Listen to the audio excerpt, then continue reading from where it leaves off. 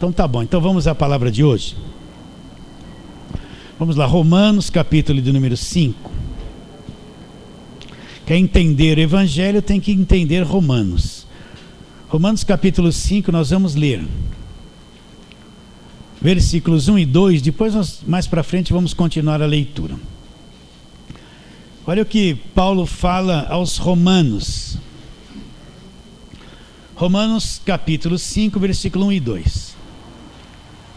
Justificados, pois, uma tradução está mediante a fé, outra está pela fé, temos paz para com Deus, por meio de nosso Senhor Jesus Cristo, por intermédio de quem obtivemos igualmente acesso pela fé a esta graça, na qual estamos firmes, e nos gloriamos na esperança da glória de Deus. Vamos orar. Deus querido, que quer que entendamos a verdade, abra o nosso entendimento, Senhor. Não somente dos que aqui estão, eu já pedi isso hoje, mas daqueles que nos assistirão lá pelo YouTube, Senhor, que são milhares agora. Não são centenas, são milhares agora. Desperta aquela gente distante, desperta os que estão perto, desperta os que estão longe, para que a voz da graça de Deus chegue aos corações que estão sedentos por ela, porque eu sei que nesse Brasil e fora dele existe muita gente com sede do Evangelho da graça de Deus, só que não chegou a eles ainda, mas quando chegar eles acordarão. Então que essa palavra chegue a eles, aos pertos e longe, e sejamos todos acordados pela verdade. Pela fé oramos em nome de Jesus, amém. Então Paulo fala, olha, entenda o coração do apóstolo. Vamos só recapitular. O apóstolo Paulo está a caminho de Damasco, com cartas para prender aqueles que já criam em Jesus Cristo, que eram igreja. Se ele encontrasse alguns desses nas sinagogas, ele tinha autoridade para prendê-los e trazê-los presos a Jerusalém. Ele estava com carta, autorização dos sacerdotes, ele tinha autoridade para isso. Paulo julga que está servindo a Deus, é um judeuzão, está debaixo de lei, conhece o Velho Testamento, a fé dele é a velha aliança. Ele não acredita em Jesus Cristo, ele não acredita em nada, como eles chamavam, que aqueles do caminho pregavam. Eles não acreditavam em nada disso. Então ele está furioso, por quê? Porque surgiu no meio de Jerusalém, no meio do judaísmo, uma coisa chamada os do caminho, que prega que o Messias que viria para o povo dele, na religião dele, já havia vindo. E ele julgava que ele fosse um impostor, que não era nada daquilo. Então ele é um zeloso de Deus, ele pensa que está servindo a Deus, está contra Deus sem saber. E ele vai furioso lá no meio do caminho, brilha a luz, conforme você ouviu, geralmente fala assim, ele caiu do cavalo. Não está escrito que tinha cavalo lá, diz que ele caiu por terra, tá? Então se ele tivesse de camelo, né?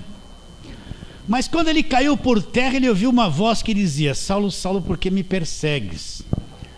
Ele, atônito, não sabia o que estava acontecendo, falou, quem és tu, Senhor? E a voz disse para ele, eu sou Jesus a quem tu persegues. E ali, naquele momento, ele viu Jesus resplandecente, glorificado, ressuscitado. O brilho foi tão intenso que ele ficou cego por alguns dias. Tão intenso que foi aquilo que ele viu. Ele viu. Nenhum dos outros apóstolos, presta atenção, nenhum dos outros apóstolos, nem Pedro, Tiago e João, todos esses conheceram Jesus até a cruz, depois que Jesus havia ressuscitado. Ali, começo de Atos, permaneceu 40 dias ensinando eles. Mas quando Jesus foi para o céu, ele foi glorificado. E nenhum dos demais apóstolos viu Jesus glorificado, resplandecendo, nenhum viu. Agora, ao contrário de Paulo, Paulo não conheceu Jesus na carne. Paulo não participou do ministério de Jesus na carne, quando ele fazia milagre, multiplicava pão. Paulo não viu nada disso. Mas Paulo conheceu Jesus glorificado numa outra dimensão, um conhecimento totalmente diferente dos demais apóstolos. E Paulo fala que ele foi até o terceiro céu, ele ouviu palavras inefáveis, ele ouviu coisas inefáveis. Então Paulo teve um entendimento muito além de todos os demais apóstolos. E em Gálatas capítulo 1, que nós já estudamos isso muito, ele diz o seguinte, que o evangelho que ele pregava, ele não aprendeu de homem algum. Ele não foi atrás de Pedro, de Tiago e João para aprender alguma coisa. Paulo fala que ele não aprendeu de homem algum. Jesus diretamente revelou esse evangelho para ele, pessoalmente. Pedro escreveu que homens santos, inspirados pelo Espírito Santo, escreveram a palavra de Deus. Eles foram inspirados. Inspiração passa pela alma e emoções dos homens. Mas Paulo não foi inspirado. Paulo teve revelação, muito mais do que uma inspiração. Vocês estão entendendo? Ele disse que o evangelho que ele pregava, ele não aprendeu de Pedro, Tiago e João, de homem nenhum. Mas o próprio Jesus, que apareceu não somente no caminho de Damasco, várias vezes, revelou o evangelho para ele diretamente por revelação. Então Paulo viu o que nenhum dos outros viram. Se você for ver o conteúdo de ensino que Paulo trouxe, o que Pedro escreveu não chega nem nos pés. O que Tiago escreveu, Tiago nem da lei saiu. O que João escreveu, não chegou quase nada. Mas o que Paulo escreveu abriu o portal do mundo invisível, do mundo sobrenatural. Entende isso ou não? Então o que esse homem viu, nenhum outro viu. E ele diz aqui, o pensamento dele, o que ele viu e que ele escreveu. Ele fala assim, ele vai falar sobre justificação, estar em paz com Deus e ter acesso pela fé. 3 coisas: justificação, estar em paz com Deus, e isso vai lhe proporcionar você ter acesso pela fé à graça de Deus, entrar na graça de Deus. Então é isso que nós vamos falar. Então ele diz: justificados, pois, mediante a fé, temos paz com Deus por meio de Jesus Cristo. Então, você pode me dar uma aula sobre justificação, mas o que é? O que é ser justificado? O que é ser justificado? Você parou para pensar nisso? Eu já preguei muito isso aqui. Mas o que é ser justificado aos olhos de Deus? O que Paulo tem em mente quando ele diz assim: justificado nós somos mediante a fé, e nós temos paz com Deus, não existe mais inimizade. Então o que é ser justificado? É uma pessoa tida por Deus sem culpa. Uma pessoa que foi justificada, ela não tem mais culpa diante de Deus. Toda a culpa que ela tinha foi removida por Deus. O que é ser uma pessoa justificada?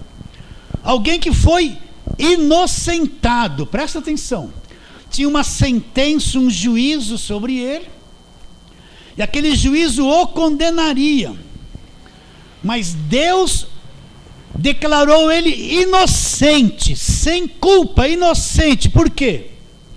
Porque o juízo que pesava sobre ele caiu sobre Jesus Cristo, e esse ato inocentou. Então Deus vê a pessoa justificada, sem culpa, inocente. O que mais é ser justificado? Sem condenação. Então uma pessoa que foi justificada, Deus olha para ela e não pesa mais condenação sobre ela. Por quê? Porque a condenação que pesava sobre ela, Cristo foi condenado no lugar dela. Então, se você é um justificado, não tem mais nenhuma sentença que te condena. Você é uma pessoa salva para sempre. Não tem nada neste mundo que possa lhe condenar. Por quê? Porque toda a condenação que pesava sobre o mundo, sobre a sua vida, caiu sobre Cristo na cruz. Então Cristo foi condenado no meu lugar. Ele me substituiu, ele foi condenado no meu lugar. O que é ser justificado? Uma pessoa sem mancha. Toda mancha de pecado, toda a sujeira que ela tinha foi desfeita na cruz. Entende isso ou não? O que é ser uma pessoa justificada? Está reconciliada com Deus. A parede da separação entre ela e Deus foi removida na cruz, que eram os pecados. Não tem mais barreira, não tem mais porta para ser aberta, não tem mais muralha que precisa cair para mim me achegar a Deus. Não, tudo isso foi removido na cruz. Então agora estou reconciliado com Deus e Deus comigo. O que é mais ser justificado? Uma pessoa que foi perdoada, não tem mais culpa diante de Deus, não tem mais culpa diante de Deus. Entende isso ou não? Hã? O que é ser uma pessoa justificada? Deus olha para essa pessoa e declara ela justa aos próprios olhos dele. Entende isso? Então quando Deus olha para você, preste atenção, isso é difícil de entender. Para quem está debaixo de lei, vive condenado, vive devendo, então ele não consegue entender essa linguagem. Essa linguagem é só para quem foi despertado pelo Evangelho da graça de Deus. Então quando Deus olha para você, ele vê você limpo, sem culpa, sem condenação, inocentado pela cruz de Cristo. Ele vê você liberto de todas as coisas, justificado. Você se olha e você se vê nesse corpo de carne, cheio de defeitos. Aos teus olhos parece que isso não é verdade. Mas quando Deus olha para você, Ele olha lá no teu espírito, no homem interior, e vê você justificado sem culpa diante dEle, para sempre. Você está entendendo isso ou não?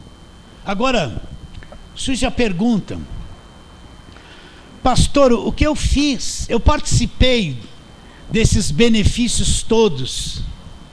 O que eu fiz para merecer isso? Foi o meu jejum que me trouxe essas verdades? Foi o dízimo que eu dei lá com medo na igreja que me trouxe essas verdades? Foram os votos que eu fiz? Foi as vigílias que eu passei sem dormir? Eu subi no monte trocentas vezes? Foi isso que me deu condições de ser justificados? Não. Assim como nenhuma obra pode te salvar, a mesma coisa, nenhuma obra praticada pelo homem pode justificá-lo diante de Deus. Entende isso ou não? Você não tem participação na justificação. Quem te justificou foi Jesus Cristo na cruz do Calvário. Ele te tornou justificado diante de Deus, sem culpa diante de Deus. Você entende ou não? Então quer dizer, pastor, que eu não preciso ficar pagando preço por nada? Não. Pastor, quer dizer que eu não preciso ficar subindo no monte para tentar ser melhor para Deus? Não. Pastor, quer dizer que eu não tenho que ficar sem comer? Olha, quem está no sistema não entende essa linguagem. Quer dizer, pastor, que eu não preciso ficar privando o meu corpo de comida, ficar sem comer assim, para tentar ser um pouquinho melhor para Deus? Não, isso não resolve nada. Isso é tudo obra religiosa feita pela tua carne. Então o que Cristo fez na cruz tornou você justificado, sem culpa, sem condenação, reconciliado, inocentado diante de Deus. E quando Deus olha para você agora, Deus te vê no Espírito, aquele que nasceu de novo, que está aperfeiçoado. Você entende o que eu estou dizendo? Deus não trata mais com o seu homem exterior. Deus só trata agora com o teu homem interior, o teu espírito nascido do alto. Teu espírito nascido de novo. Está bem claro isso na sua mente? Isso é o Evangelho. Então, pastor, quer dizer que eu não participo de nada disso, eu recebo isso pela fé em Jesus Cristo? Exatamente. Então vamos trabalhar na palavra. Gálatas capítulo 2, versículo 16. Vamos lá, para você entender. Gálatas 2, 16. Os Gálatas haviam voltado para a lei, Paulo está explicando tudo isso, até que ele chega nesse versículo 16, Gálatas 2,16, olha o que diz, presta atenção. Sabendo, contudo, você tem que saber, que o homem não é justificado por obras da lei, ponto, aliás, ponto e vírgula. O que ele está dizendo? Não, só vírgula. O que Paulo está dizendo? nada de obras da lei, nem as minhas próprias obras, tem poder para me justificar, me tornar isso que Cristo me tornou. Então, sabendo, eu tenho que saber, o homem não é justificado por obras da lei. Como que ele é justificado então? E sim mediante a fé em Cristo Jesus. Como que ele é justificado? Não por obras da lei. Como que ele é justificado? Pela fé em Cristo Jesus. Então, quando ele fala pela fé em Cristo Jesus, significa que ele crê em tudo aquilo que Cristo Jesus fez na cruz. Essa é a fé. Sabendo, contudo, que o homem não é justificado por obras da lei, e sim mediante a fé em Cristo Jesus, olha lá, também temos crido em Cristo Jesus. Para quê? Para que fôssemos justificados pela fé em Cristo e não por obras da lei. Pois por obras da lei, o que diz? Ninguém será justificado diante de Deus. Você está entendendo ou não? Então, se eu me voltar para a lei, para a velha aliança, e praticar tudo aquilo, para mim tentar ser justificado diante de Deus, eu nunca vou alcançar essa justificação, porque diante da obra da cruz, nenhuma obra que eu faça me justifica diante de Deus. Nenhuma obra da lei, ninguém será justificado por obra da lei. Pastor, e esse monte de gente que vive subindo no monte, descendo do monte, fazendo sacrifício e campanha disso e coisa orada daquilo, e vem para cá e vai para lá. Pastor, quer dizer que essa gente não é justificada por isso? Sinto em dizer, eles não são justificados por estas coisas que eles fazem. Pelo contrário, eles estão praticando coisas que negam aquilo que Cristo fez na cruz, que negam a graça realizada e trazida por Cristo na cruz. Eles estão tentando se justificar por obras, por fazer coisas, e não aceita a justiça que vem da cruz. Romanos, volta lá, Romanos capítulo 3. Vamos ver, Romanos 3.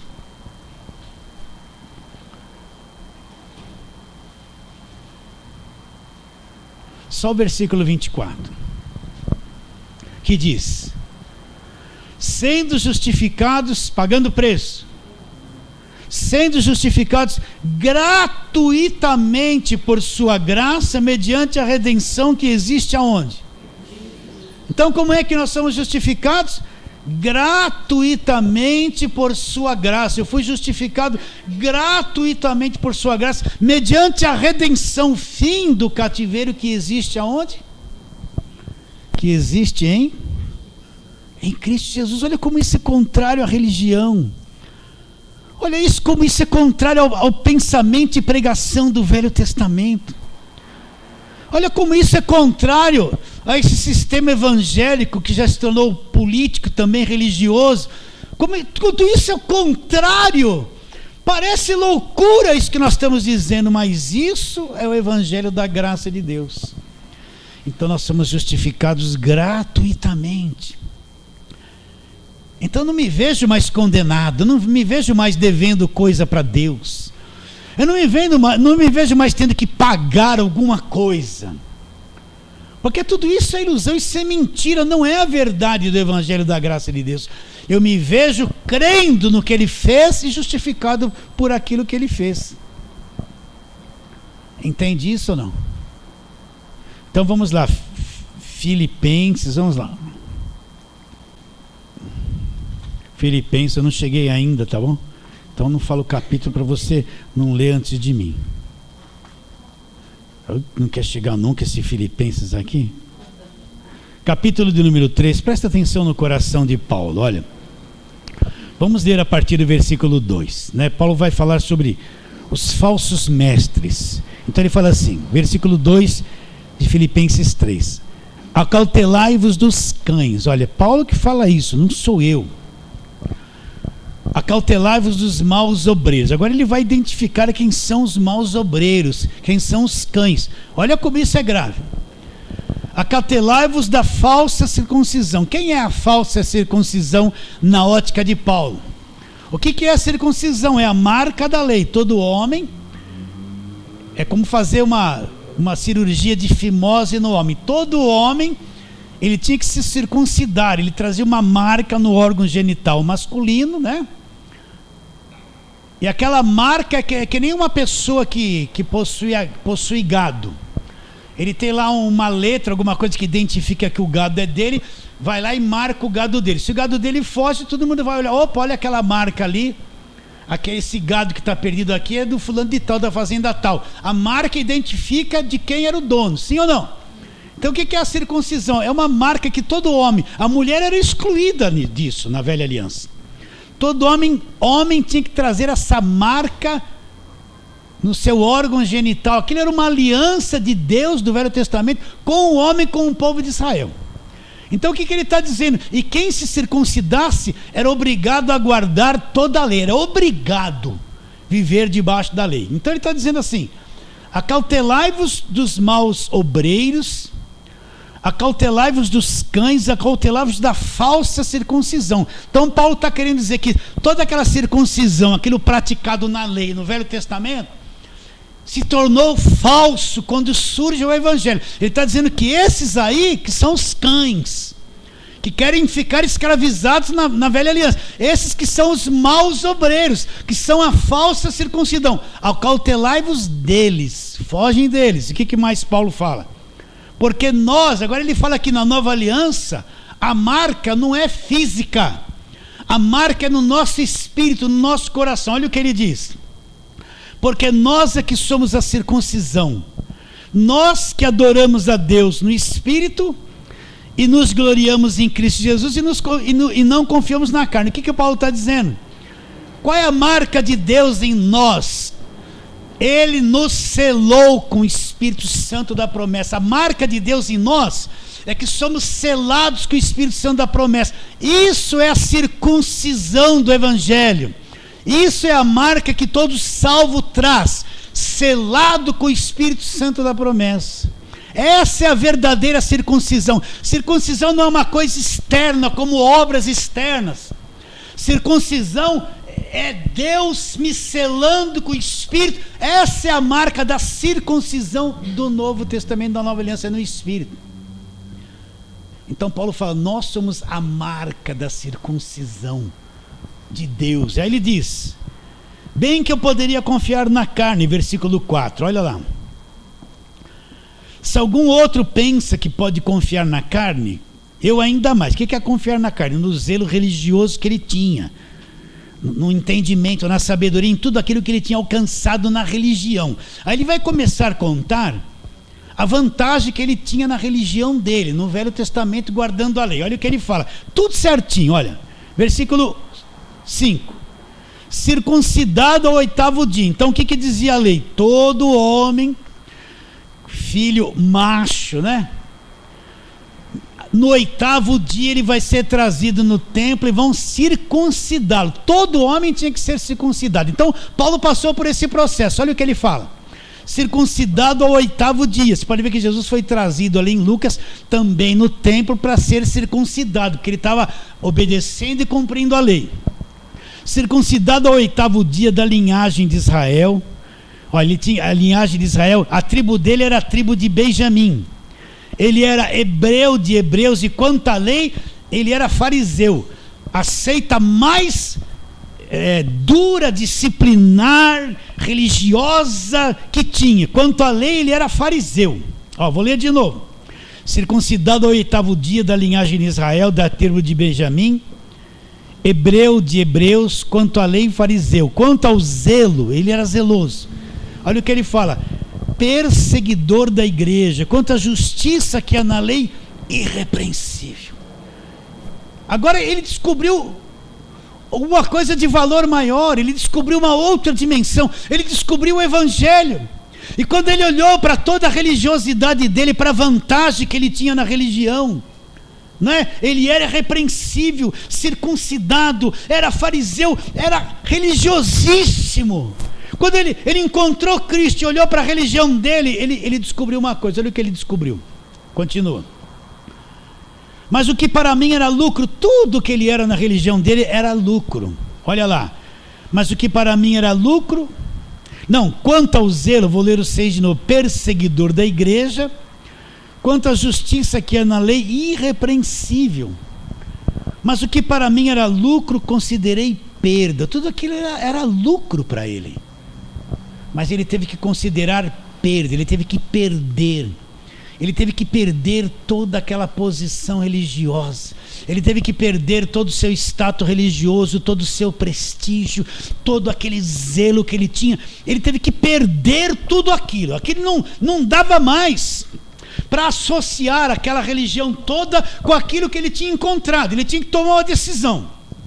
Ou permaneço com essa velharia toda, ou permaneço com aquilo de novo que Cristo veio trazer na minha vida. Então ele teve que ser corajoso. Então ele diz: mas o que para mim era lucro, versículo 7, considerei perda por causa de Cristo. Olha o que ele diz: sim, deveras, considero tudo como perda. Por quê?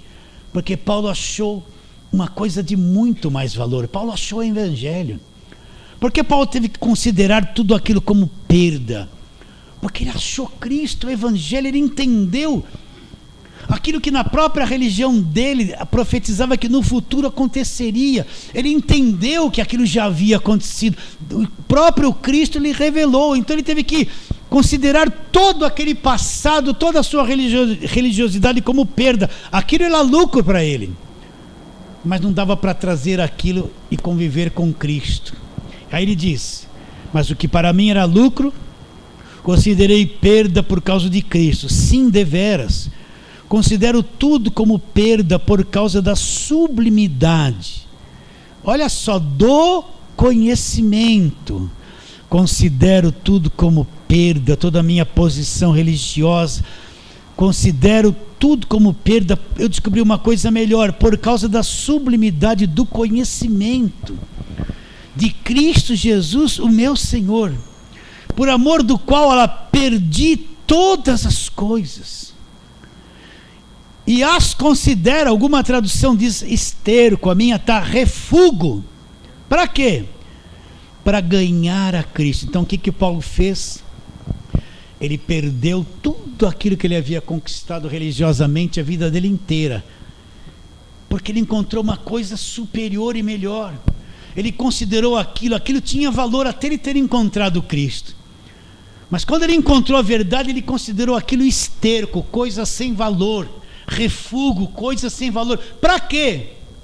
Porque ele descobriu Cristo, a sabedoria do evangelho. Ele diz, por causa, metade do versículo 8, por causa da sublimidade do conhecimento de Cristo Jesus, meu Senhor, por amor do qual perdi todas as coisas e as considero como refúgio. Para quê? Para ganhar a Cristo e ser achado nele, não tendo justiça própria. Ser achado nele, não tendo justiça própria que procede da lei. Qual justiça então Paulo iria querer? Senão a que é mediante a fé em Cristo. A justiça que procede de onde? De Deus, baseado na fé.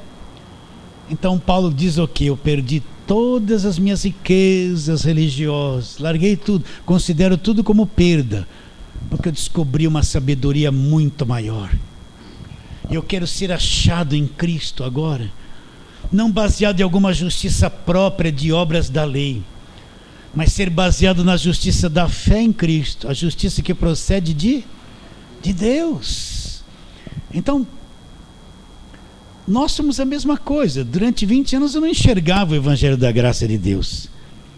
Foi duro abandonar a igreja, amizades, convivências. Eu tinha um cargo bom. Foi duro largar tudo isso, né? Minhas filhas eram pequenas, eu fui tirá-las da igreja. Não quero sair, eu gosto daquela amiguinha, eu gosto desse. Um conflito na família toda, né? A amizade de 20 anos de uma mesma igreja, aquelas coisinhas, as florzinhas de Jesus todas.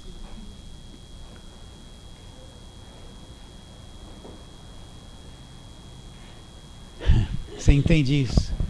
Ter coragem de largar tudo para ganhar Cristo e ganhar a verdade do evangelho da graça de Deus. Precisa ter coragem.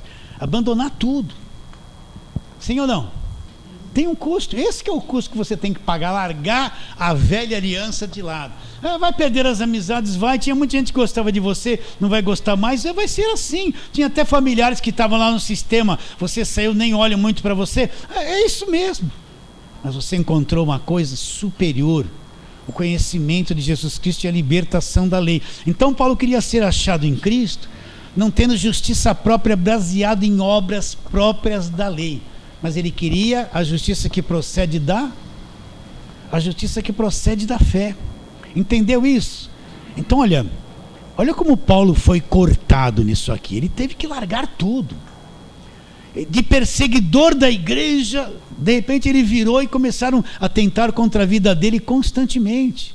Olha o que esse homem suportou de adversidade para manter a verdade revelada intacta, sem ser contaminada por obras da lei. Você pensa que todo mundo de Jerusalém gostava dele? Não gostava. Nem os apóstolos gostavam muito dele. Por quê? Porque o que ele pregava, o Pedrão ficou lá em Jerusalém, na sede principal da igreja, né? A igreja já existia há bastante tempo, todo mundo já tinha dado todos os bens, não tinham dado todos os bens postos aos pés dos apóstolos, eles já tinham se enriquecido naquele tempo, e eles ficaram por lá. Os apóstolos ficavam em Jerusalém. Qual que fez viagem missionária no mundo daquela época? Foi o único que foi Paulo, nada mais. Paulo teve que ser cortado, entende? Mas largou para ser achado em Cristo, não tendo justiça própria. Por isso eu digo para você, presta atenção, o que vale é ter a verdade no coração, não interessa as outras coisas. Isso sim precisa ser valente. Valente não é quem é ameaçado e pega envelope. Valente é aquele que, quando entende a verdade, larga o que não é verdade, nem que tenha que ficar sozinho. Melhor sozinho com a verdade do que preso nesse sistema. Então Paulo foi extremamente retalhado e perseguido, mas largou e abraçou aquilo e queria ser achado em Deus, não tendo justiça própria. A justiça que ele queria ter na vida dele é a justiça que procedesse de Deus. Então Paulo está explicando: eu tive que largar tudo, eu não fui justificado por nada, tudo aquilo que era riqueza para mim eu abri mão, em busca da verdadeira justiça, aquela que eu recebo pela fé naquilo que Cristo fez, e não por obras da lei. Romanos capítulo 8, vamos lá, volta, Romanos 8, 38, onde Paulo fala uma coisa extraordinária. Ele diz: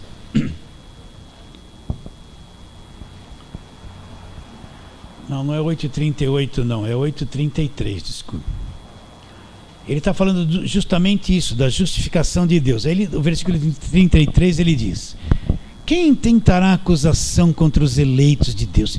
Quem pode acusar, né? Quem pode acusar um eleito de Deus, aquele que foi justificado? Quem tentará acusação contra o eleito de Deus? Aí ele diz assim: é Deus quem os justifica. Então nós fomos justificados por Deus. Está bem claro isso? É a graça. Você está sem culpa, sem condenação, foi inocentado, está sem mancha, reconciliado, perdoado, justo aos olhos de Deus. Mas isso foi pela graça de Deus, não por obras de justiça praticadas por nós. Então volta lá em Romanos, nós vemos Romanos 5. O que ele diz? Justificados, pois, mediante a fé. Agora ele vai dizer uma outra coisa, antes de nós entrarmos pela fé a esta graça.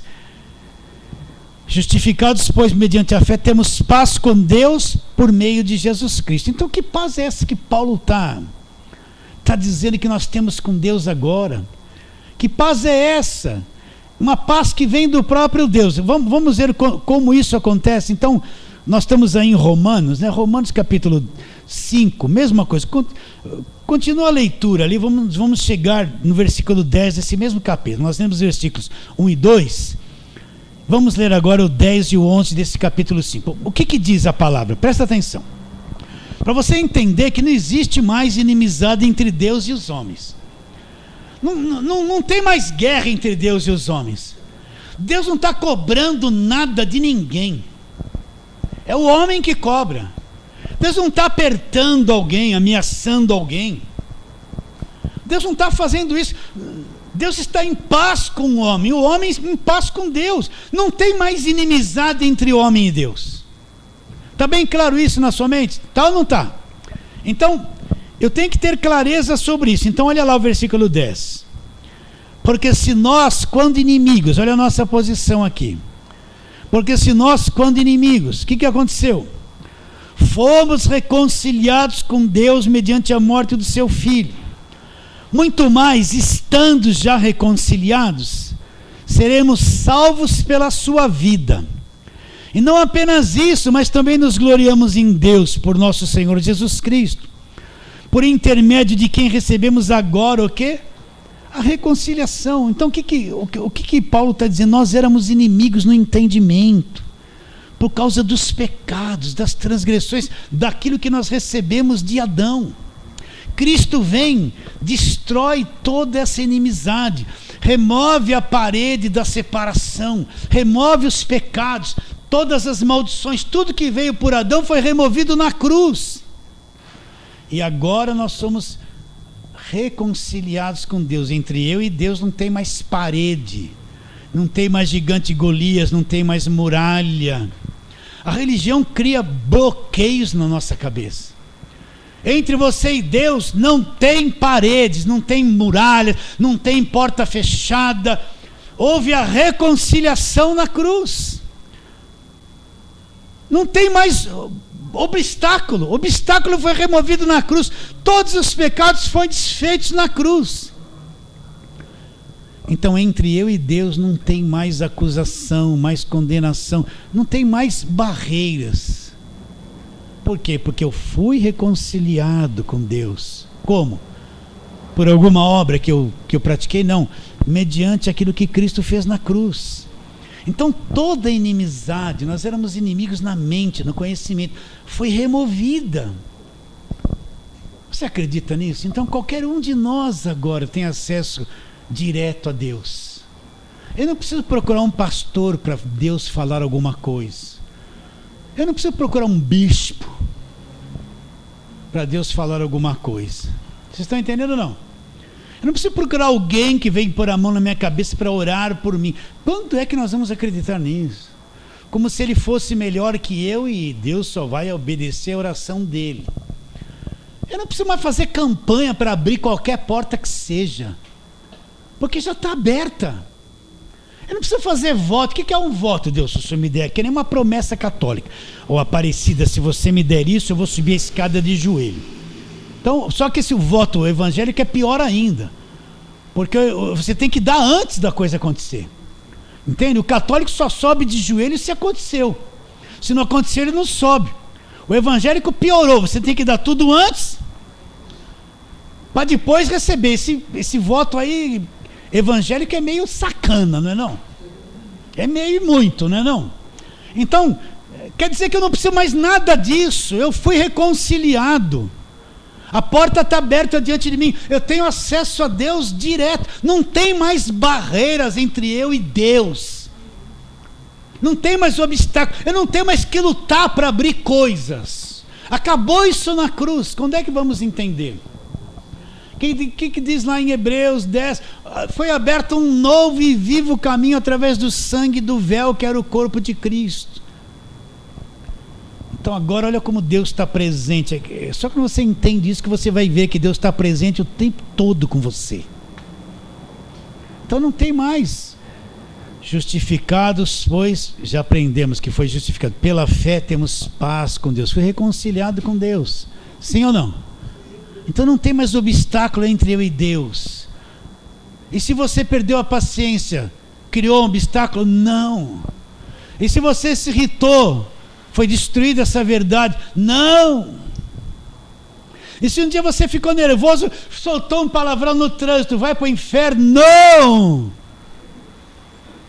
Isso não tem poder. É melhor não falar o palavrão. Mas que dá vontade, dá, não dá? Caramba, meu. Olha aí. Olha eu falando caramba. Caramba não é palavra. Já falei. Deus sabe que você é um defeituoso. E você está programado para produzir defeito. Ele não leva mais isso em consideração. Acabou isso na cruz. Então houve a reconciliação. Abre a tua mente. Pastor, quer dizer que Deus me ouve toda hora. Toda hora o caminho está aberto.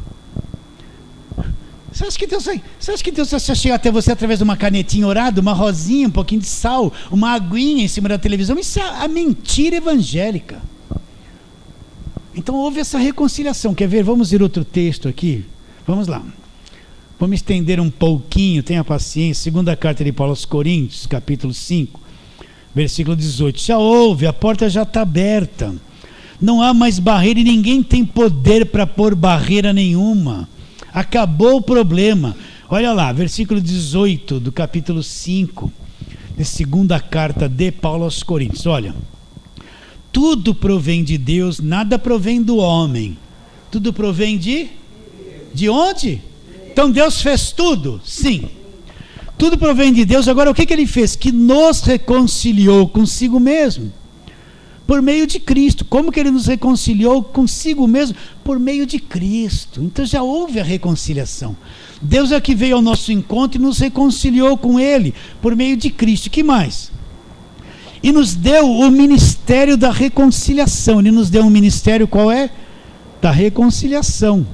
A saber, presta atenção, Deus estava em Cristo, reconciliando consigo o mundo, não imputando aos homens as suas transgressões. Ele não veio aqui imputar, olha, você errou, você pecou, você vai ser castigado. Ele deixou de lado as transgressões, não imputou aos homens as suas transgressões. Entende essa linguagem ou não? A saber, Deus estava em Cristo reconciliando consigo o mundo, não imputando aos homens as suas transgressões, e nos confiou o quê? A palavra da reconciliação, de sorte que somos embaixadores em nome de Cristo, como se Deus exortasse por nosso intermédio. Em nome de Cristo, pois, os rogamos que vos reconcilieis com Deus. Aquele que não conheceu o pecado, como isso foi possível? Na cruz. Aquele que não conheceu o pecado, Deus o fez pecado por nós, para que nele fôssemos feitos o quê? Lá na cruz, quando Jesus Cristo está lá, que tomou todas as maldições e pecados, nós fomos feitos lá a justiça de Deus. Então nós somos reconciliados com Deus, amizade, bom relacionamento, uma coisa profunda. Isso é indestrutível, não se quebra mais, não se desfaz mais. Nós somos reconciliados com Ele para sempre. Pastor, eu não fui no domingo na igreja, vai para a lei. Deu brecha, o diabo está na tua vida, vem para a graça. Não tem problema, vem no outro. Vocês estão entendendo ou não? Pastor, esse mês eu não dei o dízimo porque eu tive que comprar um remédio. Está debaixo de maldição na lei. Não, aqui, olha, você dá dízimo voluntariamente se quiser. Vocês estão entendendo a diferença? A linguagem, a cabeça das pessoas. Sim ou não? É bom que você dê. Amanhã aparece lá na internet, esse pastor aí está pedindo dízimo. Vai aparecer alguém falando isso. Vocês entendem ou não? Vai na lei.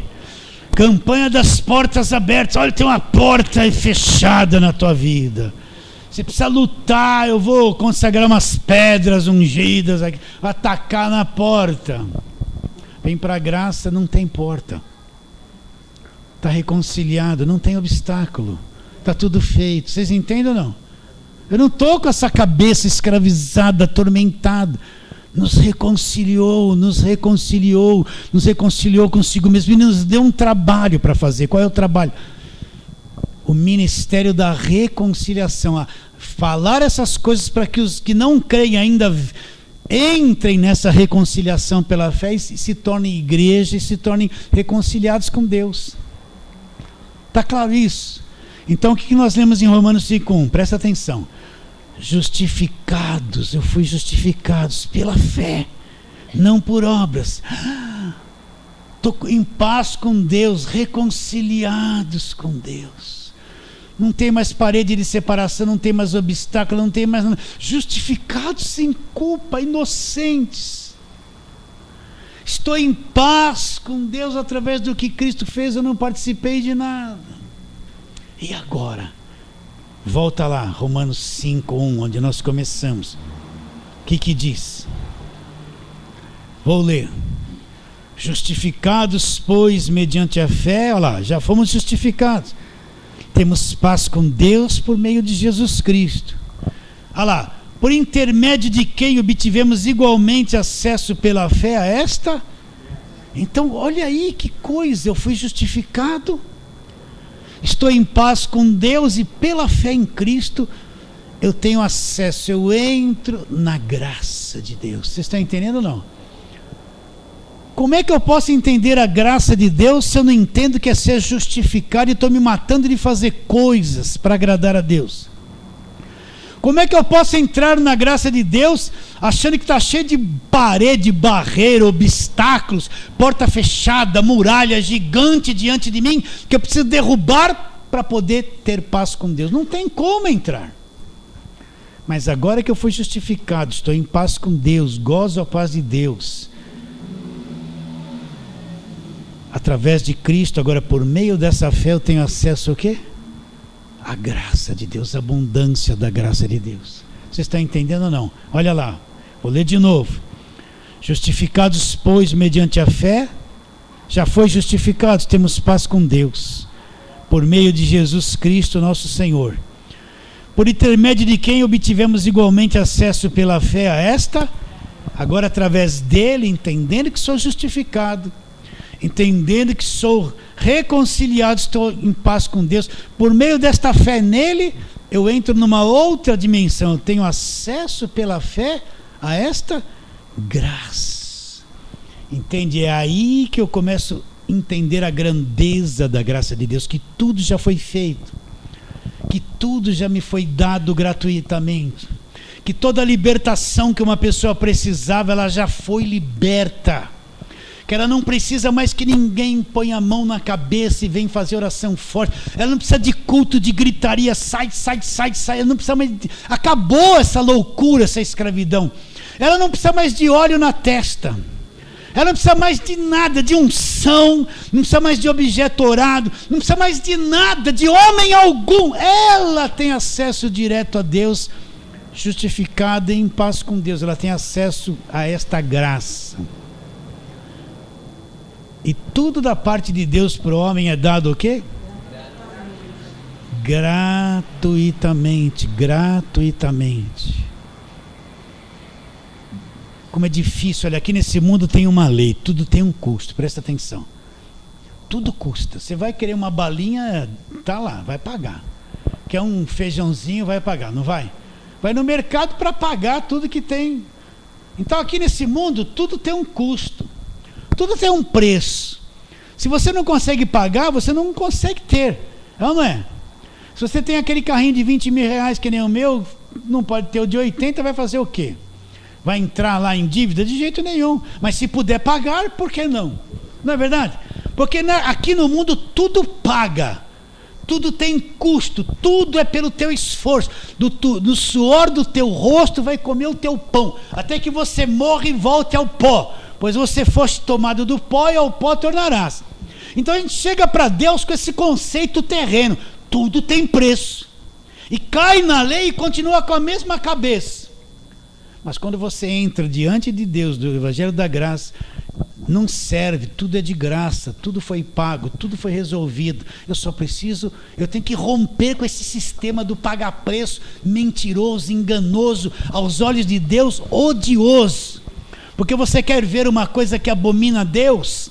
É alguém esconder a graça de Deus, tampar a graça de Deus com a mentira das obras. A graça tem que ser revelada, a pessoa põe julgo e peso nas pessoas e anula o que Cristo já fez na cruz, anula a graça de Deus para que a pessoa pague preço. Isso é abominável diante de Deus, é esconder o que Cristo fez na cruz. Esses são os maus obreiros, os cães, os das obras, os da circuncisão que nós lemos aí em Filipenses.